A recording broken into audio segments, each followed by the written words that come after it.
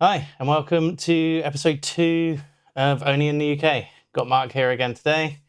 Going to talk about, drinking culture, because who hasn't got a good drinking story or two? So, and just before we start, Mark, do you want to give your channels a quick plug? Oh, my channels. I will give them a quick plug, although anybody who goes there will be wishing they hadn't.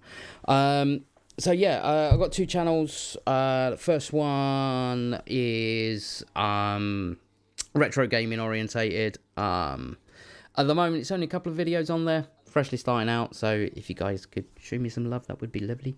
But that's going to be mainly around the Commodore 64 Master System, Mega Drive, maybe some retro arcade games, if I can get around to it. And the other one is more sort of spooky stories and myths. So the two channels, one is, oh my god, I can't even remember my fucking channel names. How good is that? Quacker's Crypt. Quacker's Crypt. That's the other one. Yeah, Quacker's Crypt is the spooky Jesus Christ. Oh, shoot me now. Yeah. So Quacker's Crypt is one, and Ducking Retro is the other. And back across to Dave while I gather my brain. Well, Ducking Retro comes Danny approved. So Danny Salter approved. It's always worth. Yeah. So yeah, definitely worth a look. So. And don't worry about forgetting your channel name, by the way. When I was doing the Brain Blaze live streams with Simon, at the end, he'd always say, plug your channel name. And I could never remember the short URL for YouTube. So I'd just say, Liam will put it in the... Liam will put it in the chat, in the description. Brilliant.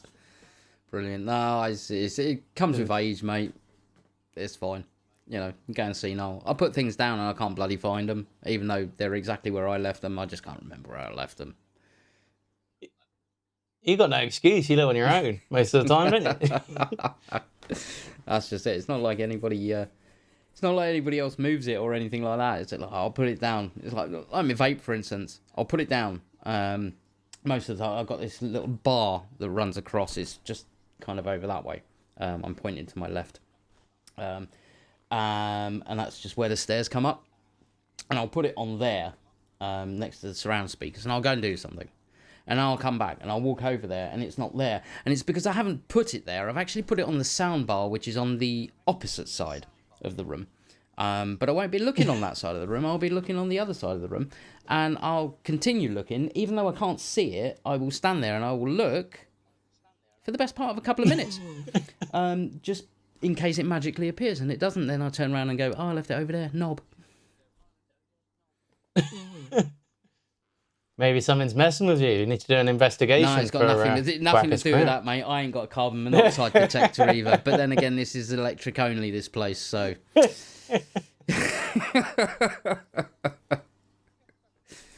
Get the carbon monoxide. There'll be some spooky goings on there. Oh, yeah, it's either that or it's the bloody mice. I had a mice infestation, a mouse infestation, should I say, a while ago. Oh, that was a pain.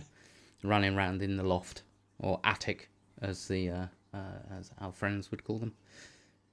I've got that the right way around, haven't I? We do call them lofts. Yeah, it's a loft. My house is weird. We've got the loft is absolutely huge. I can stand in the middle and I can't touch the center beam of the roof. It is a huge space, but the hatch to get up there is, well, I have to turn diagonally to get my shoulders through it. I come across them all the time. Because obviously the aerial satellite, I do a lot of aerial work. I do a lot of loft work, and getting up into some of those hatches. There was one. Dan, I'm not a big guy. I may look it on camera or whatever, but this is a child's chair that I'm sat on. No, I'm only joking. But I'm only 5'6", and I'm not a massive guy by any stretch of any imagination. And there are some hatches I come across, and I thought I was going to. My end of days would be dangling out of one of these bloody things because I'd be stuck. And the little old lady wouldn't be able to help me, and that'll be it, and I'd just waste away, just stuck in her loft hatch. You know, that's what I've got to look forward Wearing to. someone else's house as a belt. Yeah, exactly. And it's like, oh my god. But I mean, I was running cables once. When I used to own my own place.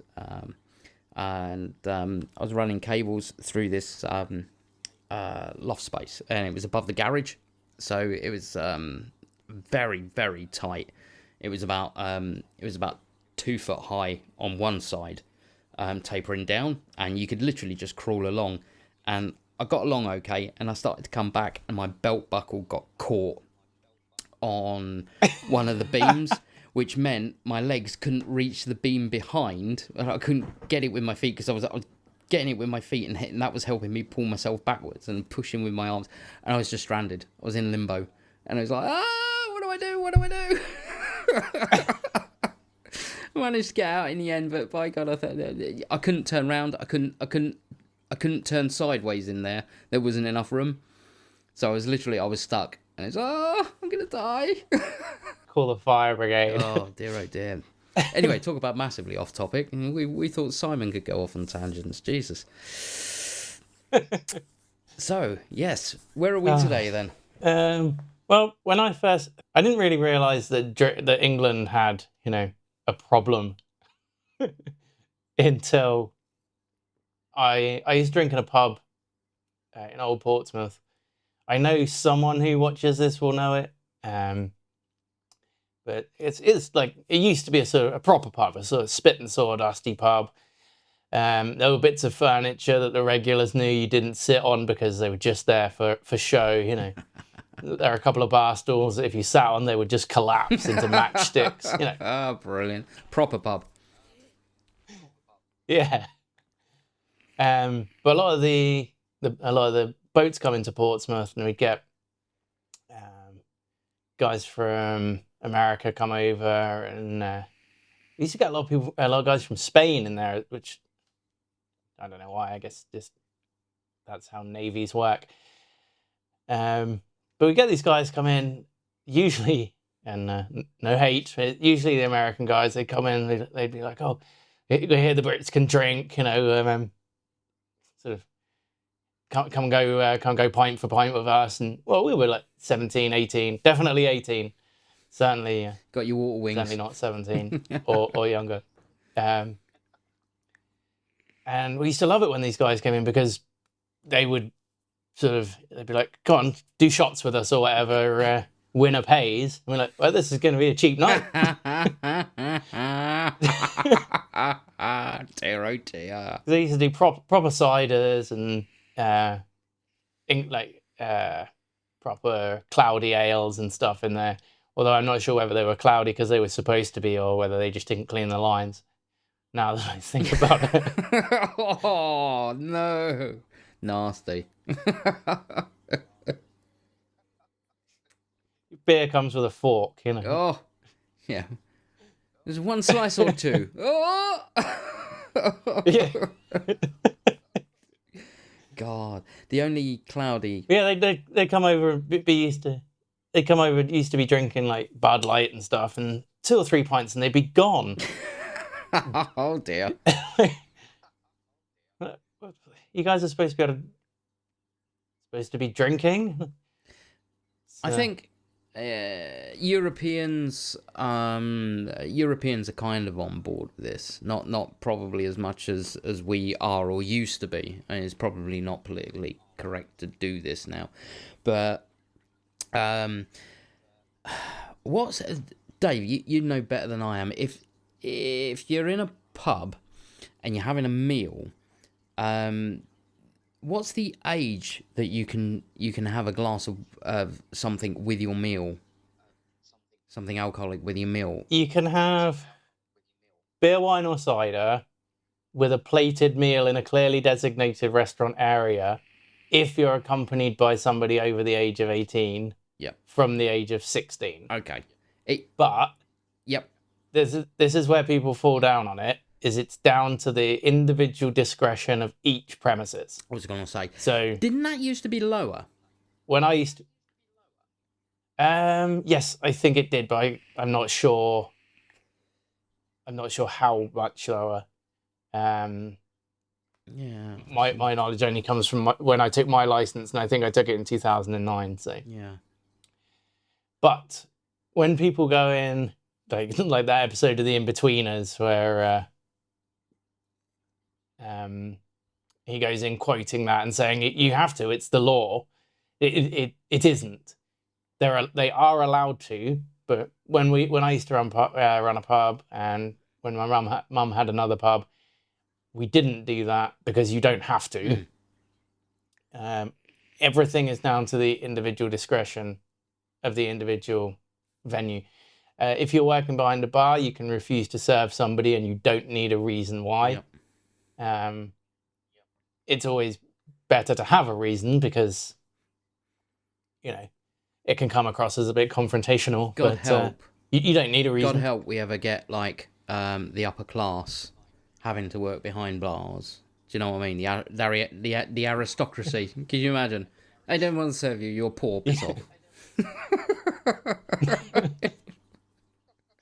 I can give me Ruining the ambiance. Yeah. Give me my Guinness, you bitch.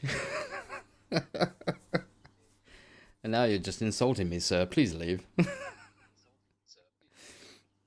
think that would be a reason. Yeah, there's a few things like that. There's one that people used to quote all the time, and it used to be part of licensing law that if you had opening hours posted, you had to be open by law for those hours. Even shops don't stick to that. But you don't have to. You don't No. have to now. No, It changed, I believe, in 2001. Someone in the comments will correct me if I'm wrong. Yeah, no, that's fair enough. Because if the thing is, if you're running a pub and no one comes in from 8 o'clock till, you can tell when no one's going to come in. Why would you pay? It costs a fortune just literally to keep the lights on in a pub. So you're paying somebody to stand there, burning electricity to not serve anybody. I mean, it's annoying if you go to your local and it's closed 2 hours early. It is annoying. I've been there. It's happened to me. But, that's just the... sorry about that. That's just the way it is, It's not as annoying as being 3 deep at the bar and somebody ordering 10 pints of Guinness, though, let's be honest. Yeah. In the past, I have said, sorry, Guinness is off. Class. Dear, oh dear. But yeah, so... I wouldn't even mind. That's not even the worst. The worst is if somebody orders like 5 pints and you do them, and then the 6th pint they order for their round is a Guinness. Like, if you'd ordered that first, that could have been over there doing it, could have been getting doing it itself. Could pour 4 pints of Foster's whilst a Guinness pours, Exactly.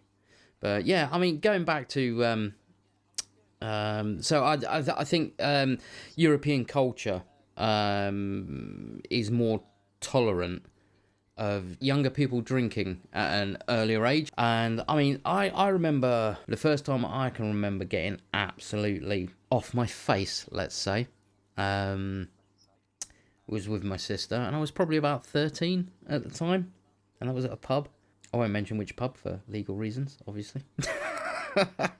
But yeah, I mean, I think it's widely... No statute of limitation in the UK, they'll get you. Yeah, exactly. I don't know what they're talking about. What?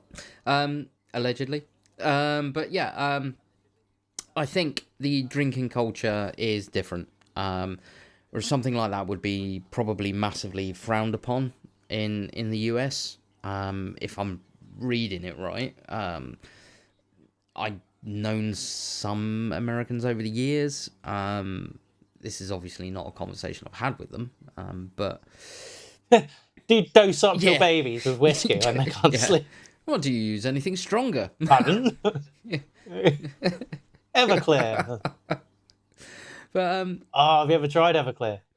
That's one of the few things I'm jealous of Americans for, is you can buy Everclear. I don't think you can buy it in all states. What the fuck is Everclear? Everclear is 97% Jesus Christ volume alcohol. So that's Fucking antifreeze is what you're trying to tell me. 194 proof. Whoa. That's a good night. That's got good night, bad head written all over it. There's a comedian, I can't remember his name, who tells a story about the difference between the UK drinking culture and American. And he said there was one of their regulars, the regulars in his local he was American, he used to come, like, go back over 2 or 3 times a year, and he'd always bring back a bottle of Everclear. Yeah. And you can't sell it in the UK, but you can give it away. So it'd be like the birthday shot. So if someone came in, said, "Oh, it's your birthday, have a shot of Everclear." And he said this guy came back from Texas, I think, but it doesn't matter. Dropped off a bottle of Everclear on the Saturday, went away for work for a fortnight, came back into the bar, and he said he looked up at the shelf and he was like, "Where's the Everclear?" And like, "Oh, we drank it." You drank a whole bottle of Everclear in a week? No, Tuesday. We drank it on Tuesday. Jesus. Jesus. Oh my good God. Yeah, but I think I had a friend bring me a bottle back years ago, and we all had some, and I kept it. I'd bring it out at parties and stuff, but it lasted me a long time because it cost me a fucking fortune to get it, and it's not even nice. It's no one can honestly say, "Oh, I love the taste of Everclear," because it doesn't really have one. no. It tastes like alcohol. Yeah. Oh my good God. The worst that I've had. Do you know poutine? Yeah. Yeah. Irish moonshine, essentially. Yeah. I remember we were coming back from Ireland. My mum's family were Irish. My mum was Irish, and coming back from Ireland, and they had 2 bottles of poutine in the car. And of course, you can't have it over here. It's moonshine. Customs are just like, no, can't have that. So what they did was, my dad was like, just lay down and pretend you're asleep. I was only little at the time. Lay down and pretend you're asleep. And then they popped the bottles underneath the blanket. Because that was back in the day when you could like lay across the back seats and have a sleep. They popped the bottles under the blanket next to me. So there's me, like, okay, I just pretend I'm asleep. I'm just asleep. I didn't realise I was smuggling at that moment in time. Yeah. But yeah, one of those bottles survived quite some time. Because let's face it, it's fucking rancid. And I remember being a lot older and trying some and wishing I hadn't. That stuff was vile. Absolutely vile. I thought, what do they make it with? It's fucking potato in it. Is it potato? Yeah, I think so. Yeah, I think it's potatoes. Yeah. I mean, when you make vodka from potatoes, but yeah, but this is vodka tastes different. Oh, yeah, very much so, and it doesn't strip the inside of your throat, stomach, bowels. It's just horrible stuff. Horrible stuff. I don't know how they drink it, but. You know, when I was a student, my mate made some. He's like, "I'm gonna make some wine," and he didn't have any grapes, so he's like, "I'll use Vimto. It'll be fine." Jesus Christ! A fucking Vimto.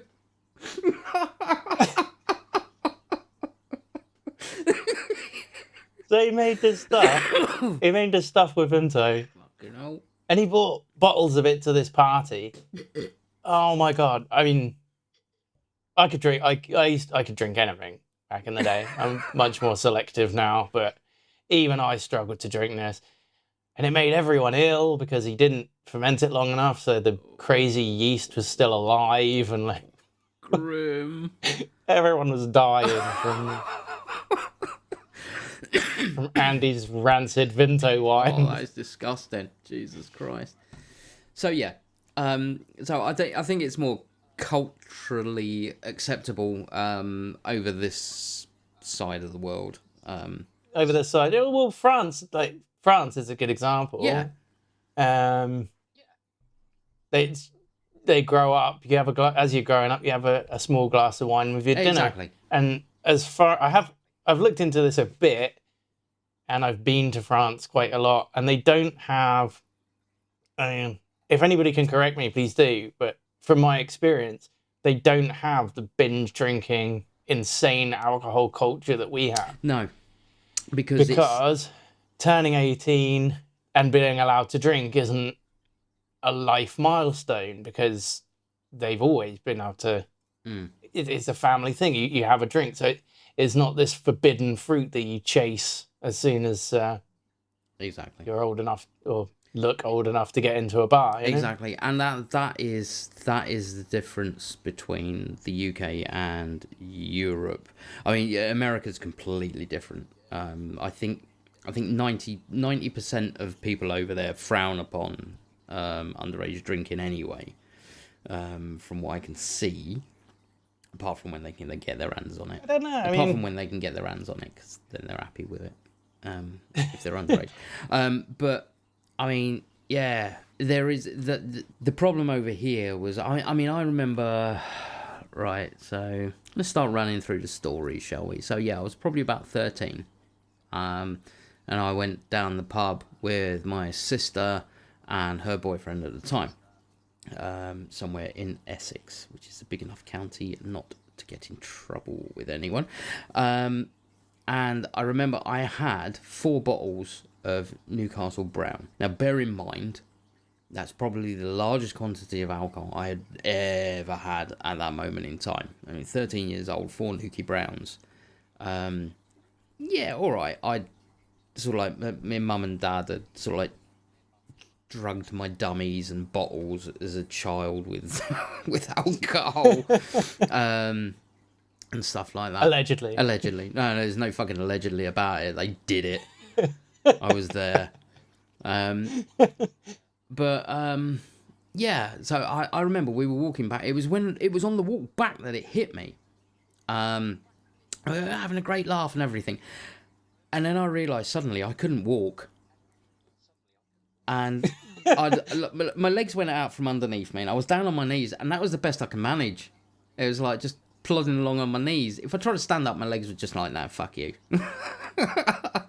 That was great, because that was when you're kind of that age, you're like, oh my god, this is great, this is amazing type thing. Which obviously it's not brilliant, but you know, go with the flow. I was with an adult. Well, it's fine until you start getting hangovers. Yeah, that's just it. Oh, don't. We'll get on to that. Fucking hell. I didn't believe in hangovers until I was about 21. I thought hangovers was something that old people made up to scare you. And then 21. Yeah. Bloody hell. 21, 22, I had my first hangover, and I was like, oh my god, I'm dying. And then, oh no. Dude, I remember back in... This must be the hangovers of which the elderly speak. Yeah, back in the day. But I mean, well, to be honest with you, back in the day, I used to go out drinking... Let's see. So this is when I was actually able to, and had ID. By law, I could get in anywhere. So I used to go out on a Thursday night, Friday night, Saturday night, and a Sunday night. Sunday night was the best because that was Route 66. That was 66 pence a pint, shot, whatever. I used to drink diesel back then because just get wasted real quick. They called it diesel. We would probably call it snakebite and black. Yeah, that's for the America. I don't know if you have snakebite in America. It's half a pint of cider, half a pint of lager, Yep. And then you can or don't put a shot Blackcurrant cordial. Blackcurrant on the top. Blackcurrant cordial. It's nice. It is. A lot of places will not sell it. No, I know. And at 66p, you go out with 10 quid, mate, you were coming home wasted. It was quite simple. But I used to do that, and then I used to, I'd go, so I'd college Monday, Tuesday, Wednesday, Thursday, Friday, but I'd also work Friday afternoons, Saturday and Sunday. So I used to turn up on the shop floor, probably still hammered. Do you know what I mean? Yeah. And used to go through it, but then I'd be like those days through the week at college, I'd go through college, and I'd be fine. and then sort of like parties and stuff like that. Fine. And then you hit 30. And you've had hangovers. And hangovers ain't great. And you feel nasty and you feel horrible. And then you hit 30. And then you have a hangover. Bacon and a beer, and you're all right. Yeah, exactly. Bacon, beer, you're all right. Or what was those? Oh God, what's those caffeine tablets you used to buy? Do you remember? Pro Plus. Pro Plus. That's it. Pro Plus. So yeah. Or my mate calls it Fizzy Good. I can't remember. It's like a sachet. It's like Alka-Seltzer and sugar and caffeine. Yeah. You pour it into a glass of water. It fizzes up. You stir it and you drink it. Oh, it's like fine. Fucking Andrews. A lot. Yeah.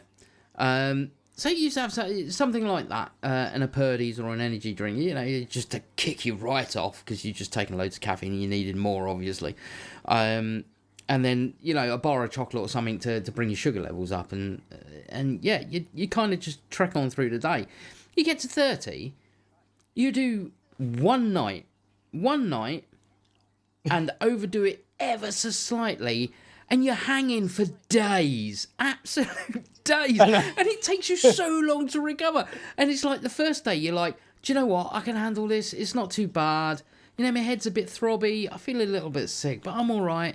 And then you get to the evening, you're all right, I'm just going to go to bed, I'm going to have an early one. And then you get up the next day and you're like, oh my God, I feel fucking worse, what the hell is this? and then by the third day you're starting to perk back up again, and it's like, why? Just why? It's not worth it. Oh, Jesus. So I remember the first time I had a 2-day hangover, and I'd been on tour on the Isle of Wight, and we'd done the band I was in at college, part of the college course, and we did 7 gigs in 3 days. I think we probably got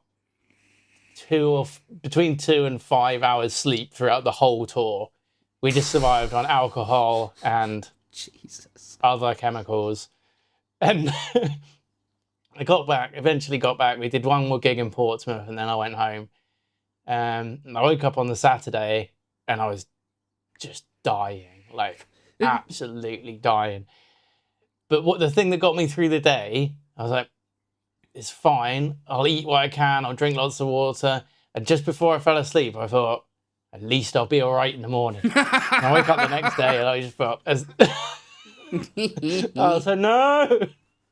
Oh, no. It's still here. Oh, God. No. That's not what you want at all. Not what you want at all. But yeah, we've all got drinking stories. We've all got some horrendous drinking stories. We've got some fun drinking stories. But I think that's it's as you were saying. Over here, it's kind of very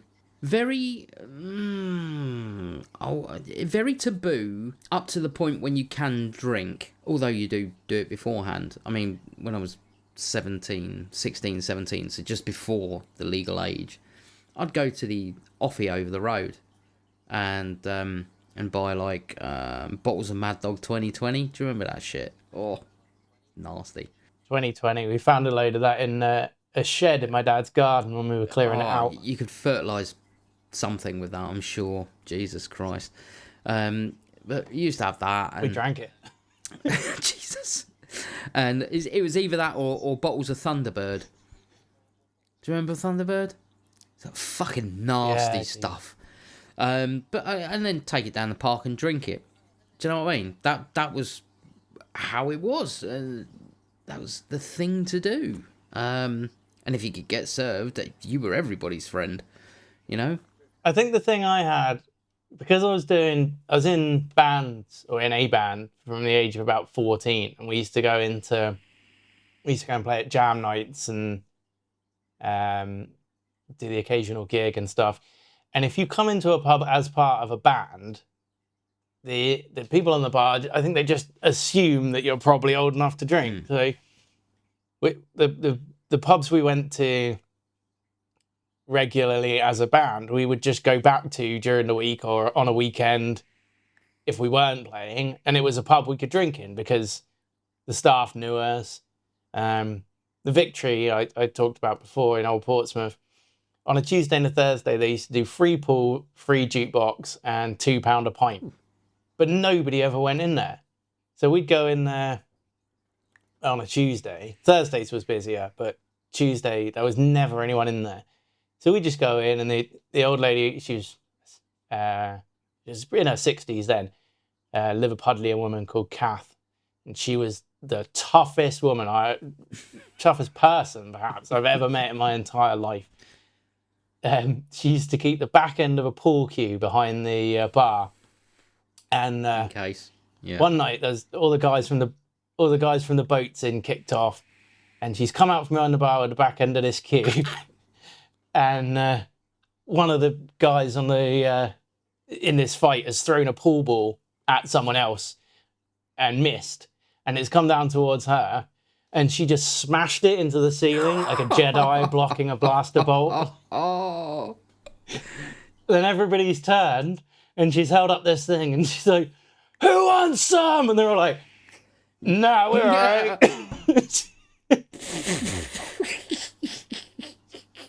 Fuck off! She's going. Okay, we're going. But we're all going, and we're all sorry. Oh my god. Jesus. Awesome. Absolutely awesome. Reflexes of a cat. Christ. I mean, I remember like back in the day being out drinking with people from work, and there was this one guy. He was awesome, but he was an absolute nightmare all at the same time. And Everyone's got a friend like that, and if you haven't, it's you. Yeah, that's just it.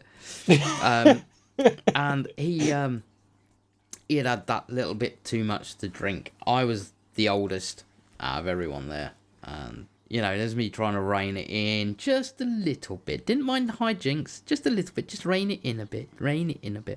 But we were out in Old Town, and like there's a massive cluster of bars, and we were just bar hopping. And by the time we finished, we stepped out, and there's this taxi rank outside, and he's like, "Hey guys, watch this!" And with that, he's jumped on top of this taxi, and it's like, "Oh God, what are you doing?" The taxi driver, "Get off!" He's like, "No, get off, no!" And then he's just driven away. He's come fucking tumbling off this roof, and he ended up breaking his arm, because he was a knob. Fair enough. But he had it coming to him, but it could have been a lot worse. Yeah, thing is though, when you do, there's a difference. That going out and having fun and being a dick, it's fine to a degree. Oh. But when you start, that's someone else's livelihood. Yeah. It's like people moan if someone's sick in a taxi and they charge you £100, then you paid £100. That's on you. They can't work for the rest of the night. I've had someone sick in the back of my car before now, and you can't. But the normal methods do not remove that smell. It is there for a long time. I just sold the car in the end. I'd had enough of it. But yeah, you can understand why it costs that much, because they need to have it professionally cleaned. It's got to be steam cleaned. It's got to be anti-backed. I was sick in the back of a taxi once. I was about 15. I've waved a few kebabs around in the back of a taxi and got told off for it, but never been sick in a taxi. It's such a terrible. It was so terrible as well.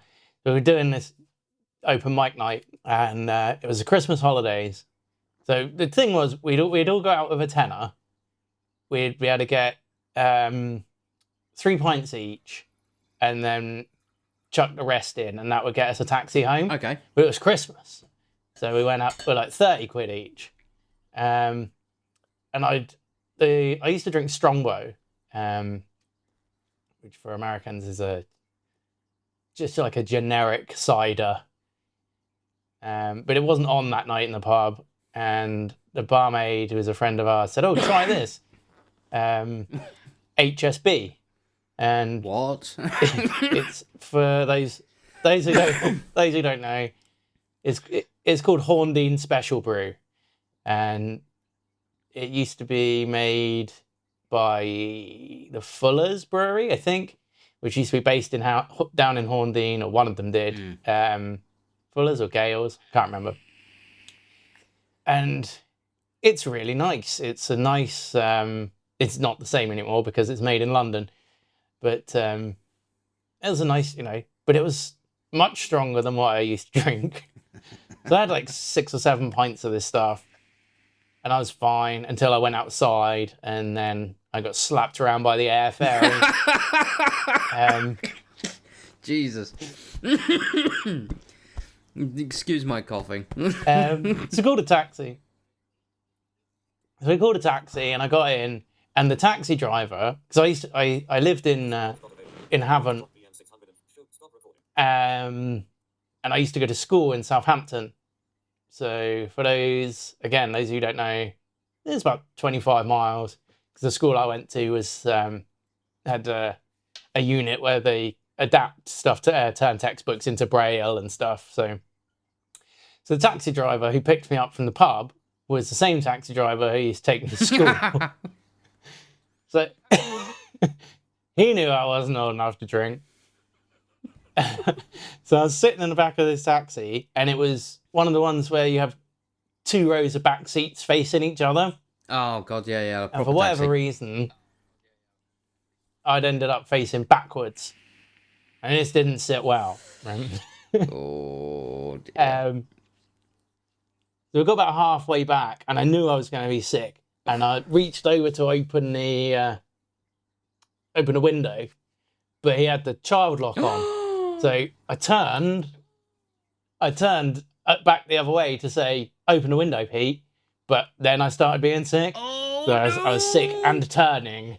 It just destroyed the car. And yeah, look at my Technicolor. I found out from another taxi. It cost me 60 quid, I think. Which this is at least 20 years ago. So. It's just a little vision of going, "I love your taxi, but it needs to be a rainbow." Oh, God almighty. The only pair of Levi jeans I've ever owned as well. And when I got home, my mum just threw them away. Yeah. Best thing for it. I heard from another taxi driver, another taxi driver told me later that he'd taken it took the car to be valeted, and then when he did an airport run a couple of months later, he took the back seats out to get more luggage in, and they hadn't cleaned under the back seats. So.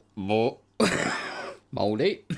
Oh, nasty. The worst I've done. So 2 brief stories. The first time I went out drinking with a college buddy, we were meant to meet up with another guy in another town, but he bailed on us, so we were stranded, didn't know what the fuck to do. So we come back and we went drinking in the town centre here in Swindon, and his dad gave us a lift home, and my head would not stay on my shoulders. Do you know what I mean? You know, when you sat there, it's just like that. It's just rolling around. You can't do anything. It just won't stay straight. It's just flopping backwards and forwards. But luckily, I wasn't sick. And my mate wanted to be sick, but he couldn't be sick either. But we were both absolutely trashed. But the best upchuck experience that I had a girlfriend in Townsend House up in Old Town, which is it was almost like a block of flats. It was like a girls only type thing. And I went in there after a night down at Route 66, so I'd had far too many diesels. Now, diesel, for anybody that doesn't know, is almost a pink colour, like a purpley pink. Lovely shade. However, this place was rendered white, and the only place to be sick was out the window. So I was sick, out the window, fine, not a problem, didn't interrupt anybody's evening, wonderful. Anyway, the next day I was going past and this fucking pink stain all the way down. Oh my God. And you know what? that stayed on that building until it was torn down. It's like, fuck! Jesus. I drank that stuff, and it penetrated the render that deeply. It's like, oh my God. Oh, what am I like? But, oh dear. But I also alluded to telling you about a story earlier on, didn't I, Dave? About my Christmas do with work. In the pre-show. In the pre-intro. Because we're very professional here. We're very professional here. We do a little pre-show beforehand where we discuss. We don't like plan it in the week ahead like we should. We get here 20 minutes before we're going to record and we go, so what should we talk about this week? I do believe we have a catch-up. Actually, that's not true, is it? That is what I would call it. This time we did, didn't we? Actually, we did speak about it in the week. Yes, we did. Yeah. We were like, what topic shall we do this time? And you went, I think we should do this. And I went, okay. Yeah, you've got the next one covered. I can't remember what it is, but it's in the WhatsApp chat.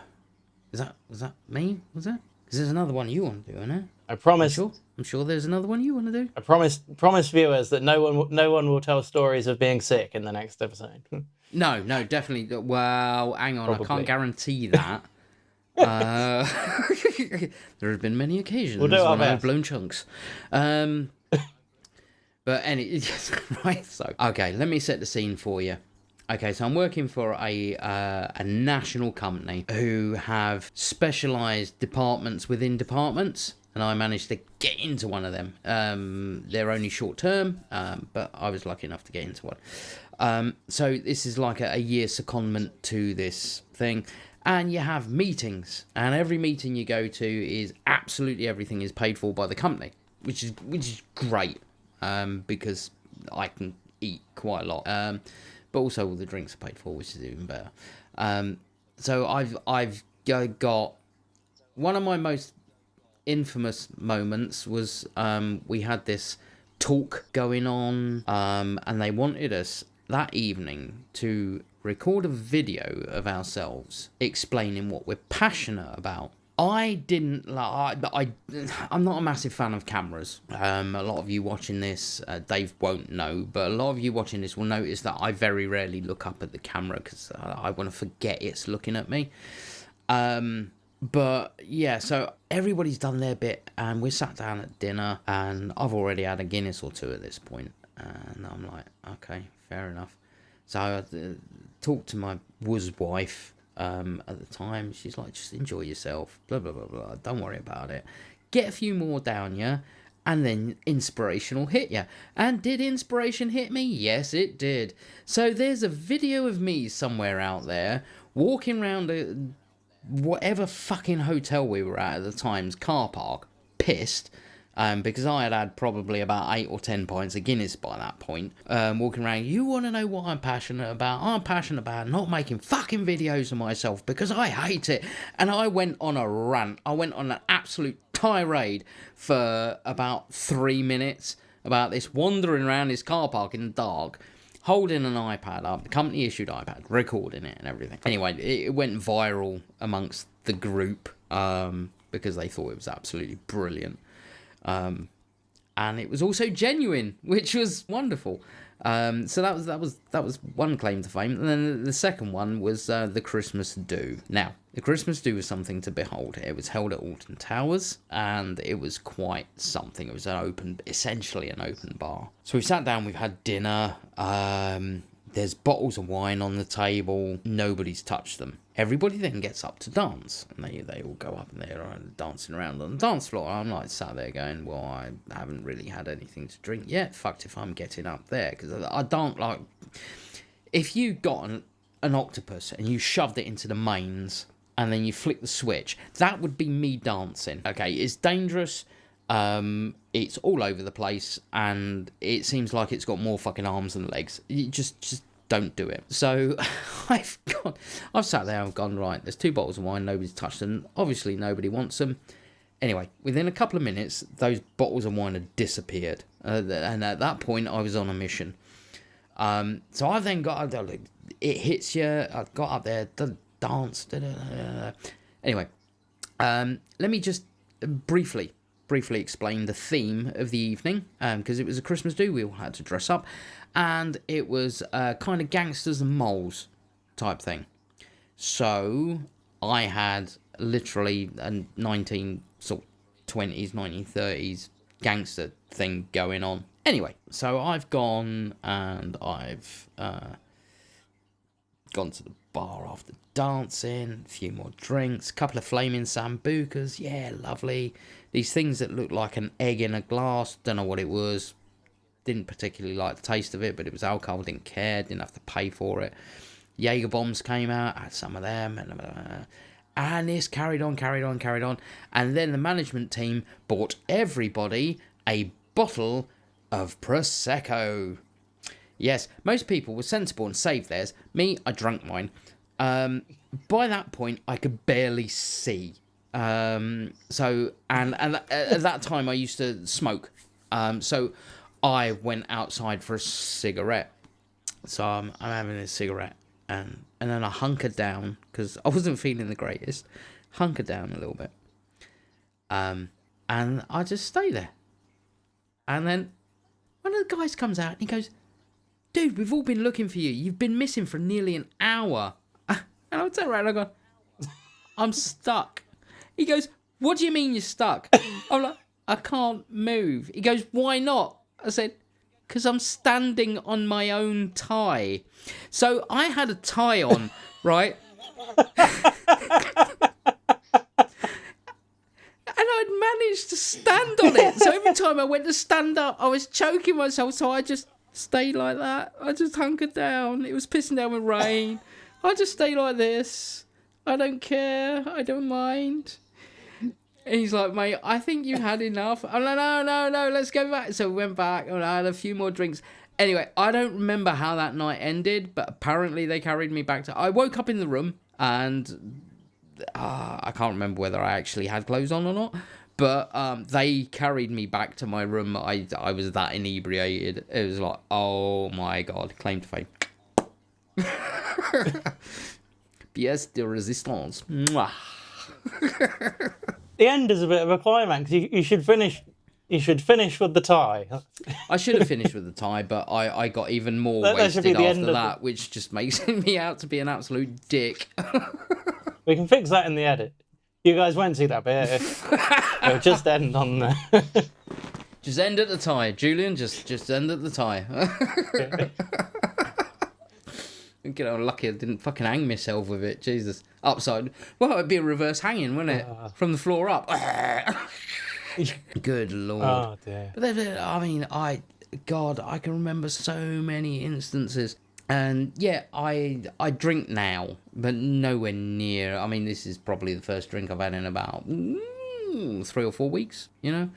But it's because in this country it's a taboo thing, and if it was more graduated, you wouldn't have the binge. I think America also suffers with the people getting let off the leash, so to speak. Binge drinking, alcoholism, which is a massive problem. It's a massive problem in this country. My mum and dad they suffered with it. But yeah, I think the Europeans have got it right with this one. The way they introduce it over the years and not make it taboo, that's makes it a lot better. The Americans have gone another direction with it, which kind of works out, but us here, we've got double standards. We got the ones that will introduce it, but you've still got this binge drinking culture, which has calmed down a lot since I was younger. Let's be honest, a long fucking time Since ago. they closed all the pubs. Yeah, that as well. They've closed down, haven't they? A lot of them have closed down. Some of the ones I used to go to have closed down, which is a bit sad. There was one out on the A420. It was lovely. The first time I went in there, it was bitter cold outside. It was sleet coming down, and I pulled into the car park. It was only just outside of Swindon. On the way to Farringdon. It was on the right hand side. went in there, and there was a beautiful log fire going, and you know, you go there, but it was one of those where you open the door, you cracked it, and you walk in, and everyone, and it went silent. And everybody kind of looks at you. Oh, yeah, exactly. And it was like, shit. But everybody was lovely in there, and it was a really, really nice and welcoming place. I've been to a few that haven't been nice and welcoming, and they continue to stare at you even after you've placed your drinks order. But what can you do? You need to give us a story now, Dave. I'll tell you one more story, and then we shall. Have to sign off, I think. I do believe so. I think I was about 19 or 20, and I went to a party at a friend's house, and I think it was either someone's birthday or Halloween, and we were just drinking and having a smoke and just having a chilled out time. And I used to drink quite a lot then, so I wasn't paying attention. I was just drinking. Not keeping score, as it were, because I knew it wouldn't be an issue. I'd still be able to walk home. And there was a bottle of Jägermeister on the bar. And I was like, oh, who's this Jaeger? And they said, oh, it's Jay's. I was like, Jay, can I have a bit of this? Yeah, sure. Now, I didn't know at the time, but he drank his Jaeger, and this is true, with MDMA in it. I'd never had MDMA before. How many laps did you do? Fucking hell, Jesus Christ! MDMA. What are the street names, mate? Give me the street names. MDMA, because it rings a bell. It's what's it called? What's MDMA? What did it used to be called? It wasn't speed, was it? Not gonna say drug street names because if I ever get monetized, I'll get demonetized. Google it. Oh, sorry. Cut that bit. Jesus. Sorry. Oh, I can't Google it. I have to wait to Google it. But yeah. I will Google it later. People will know. And if they don't, they can Google it. Google it. Sorry. But Jesus, I started. I didn't know where I was. After about 20 minutes, I was like genuinely, I had no idea where I was. But I knew I didn't want to be there. So guy who was staying at my house, luckily it was only maybe 150 yards away from my own house. So my friend Andy, he's gone, you're all right. I was like, oh, fuck, you're here, Andy. Where am I? He's gone, what are you on about? So we're at Charlie's party. Because I was talking to him, we were playing probably not Wii Sports because it wouldn't have been out then, but well, maybe it was. Anyway, playing some sort of game 5 or 6 minutes before, and I was absolutely fine. And then he found me in the kitchen. He's like, and I remember the relief of him turning up and being there. And I was like, oh, thank fuck, Andy's here. He'll know what's happening. I don't know where I am, mate. I've got to go home. And he's like, are you serious? It's like 9 o'clock. So no, dude, I need to go home right now. Oh my God. And so he took me home, and I remember laying in my bed, and I could hear, I still don't know whether it was legit or not, but I could hear police sirens coming closer and closer. Oh. And I was like, we're going to get arrested. And he was like, there's not, what are you on about? So probably not. There probably weren't police sirens. Oh my God. That was terrifying. Wow. So yeah, that's not, it's kind of a funny story, but... And everybody's got their drinking stories. I mean, I could tell some of my dad's drinking stories. They eclipse mine like there's no tomorrow. Because he used to be in the Merchant Navy. I could tell about the time I went to a frat party in the States. That was back in 1998. God, I'd love to get back in touch with those guys. No idea where they disappeared off to. Yeah, there's so many, so many. We could do a 4-hour video and still not have enough runtime to cover all the stories and everything. I'm sure between us. But yeah, I think now we're clocking on for an hour. That's good. We did 30 minutes last time, didn't we? 30 Yeah. odd minutes. No, we're clocking Yeah, an well, hour. we did closer to an hour, but it was Oh, okay. it got edited down a bit. But yeah. Thank God. But but yeah, I hope you guys have enjoyed it. It's something a little bit different. We will move away from alcoholism and throwing up for the next episode. But seriously, it is a big problem now, and I've seen too many people lose their lives or their livelihoods or their families from alcohol abuse. If you are having a problem, please do seek help. And I will leave some links of places you can do that in the comments. Yeah, I'll second that. Apart from that, I hope you enjoyed it. Like, comment, subscribe. There's a link to a Buy Me a Coffee page, which I'll put in the comments. If you want to contribute anything towards doing new things on the channel, please feel free to do so. Also, and you don't have to pay to access this, but on the Buy Me a Coffee page, there are some scripts I wrote for Simon that never got used or never got completely used from the original live stream Brain Blazers. So check those out. They're quite entertaining. But like I said, they're free to access. But if you want to make a donation, then obviously please do. Yeah, that's it for now, and we shall see you in a few weeks. Want to say goodbye, Mike? Fingers crossed. Take care, everybody. Stay safe. Drink responsibly. Have a blowout on occasion, but drink responsibly. And as Dave said, if you need help, get help.